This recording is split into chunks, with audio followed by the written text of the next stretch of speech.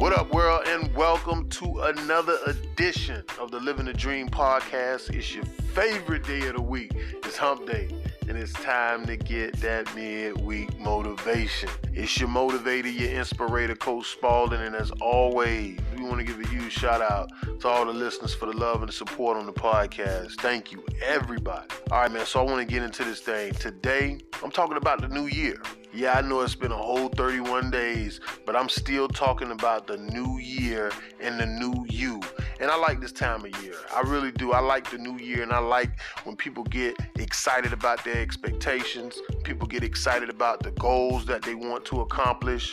They so motivated, they inspired, they're enthusiastic, and their expectations are through the roof. But listen, what I know to be true is that sometimes we need a little push. After 31 days, we start getting discouraged. We start going back to that mentality where I'm tired or I don't feel like it. So I wanted to wait until February because I knew that there would be some people out there who's going to need this after they made those big goals. They wrote down those expectations and they made all these promises to themselves. Being an educator, I see a lot of students who talk about they want A's and B's at the beginning of the year.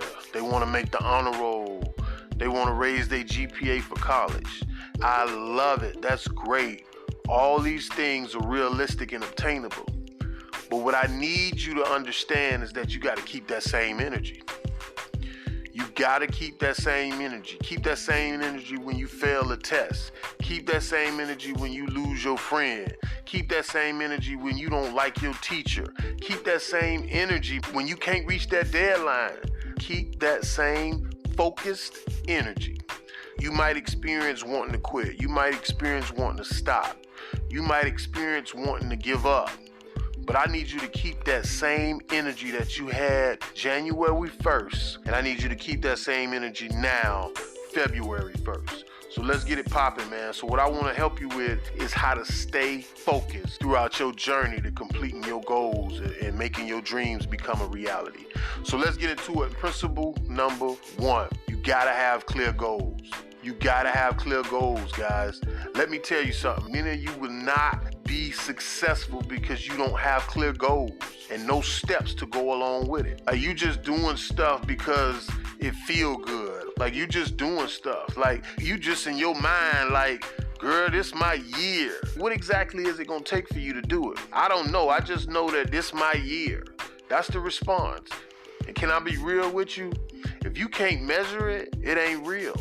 I'm going to say that again, guys. If you can't measure it, then it ain't real. The most successful people are the ones who have clear goals. And the least successful people, they just don't. How are you going to accomplish something if you don't have clear goals? How are you going to accomplish anything if you do not have clear goals? You have to be clear about what you want. What do you want in your health? What do you want financially? How much money do you want to make a year? What do you want to drive? How do you want to live? What do you want? And then once you find out what you want, you have to spend the rest of your life waking up and going after. But the goals gotta be clear. That's the most important part. Once those goals are clear, you have the ability to recognize the distractions. Which brings me to principle number 2. You have to be able to recognize distractions. You have got to be able to recognize distractions. When you know where you're trying to go, you need to identify your distractions. When we talk about distraction, that means friends, that means family members, that means video games, that means addictions. What can potentially derail your progress? What's your weakness? What's your kryptonite? Like, we have to be able to identify these things in order to make the necessary changes to change them. Okay, so let's be specific. Who do you have to let go? What do you have to avoid? What needs to stop? Be honest with yourself about your distractions. And once you find out what those distractions are, put a plan in place to eliminate those. But you got to be smart enough and you got to be willing enough to and honest enough with yourself to be able to identify what they are. So which brings me to principle number 3, guys. Listen, this is the most important. What is your why? Like, why are you doing what you're doing? It's not going to be easy, but with a why, it keeps you in the game. Like, losing weight ain't going to be easy, but if you're doing it for the right reasons, it's going to keep you in the game. Why? because it's hard to quit when you're doing something for mama. It's hard to quit when you're doing something for grandma. It's hard to quit when you're doing something for your kids. It's hard to quit when you're doing something for your family. When your why is strong, it's hard to quit. So do me a favor, write down 3 people you love. And I need you to think about those 3 people every single day when you're trying to get those goals accomplished. And ask yourself, what will happen to these 3 people if I didn't accomplish my goal? Who would you be letting down?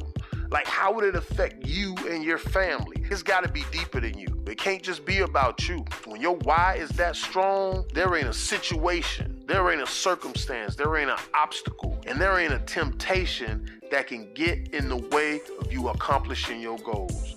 So do me a favor. When we talking about this new year with these new goals and this new mindset, we got to have clear goals. We got to be able to recognize our distractions, and we got to have a why. It's your motivator, your inspirator, Coach Spaulding, saying have a great rest of the week and make the rest of your life the best of your life. I'm out.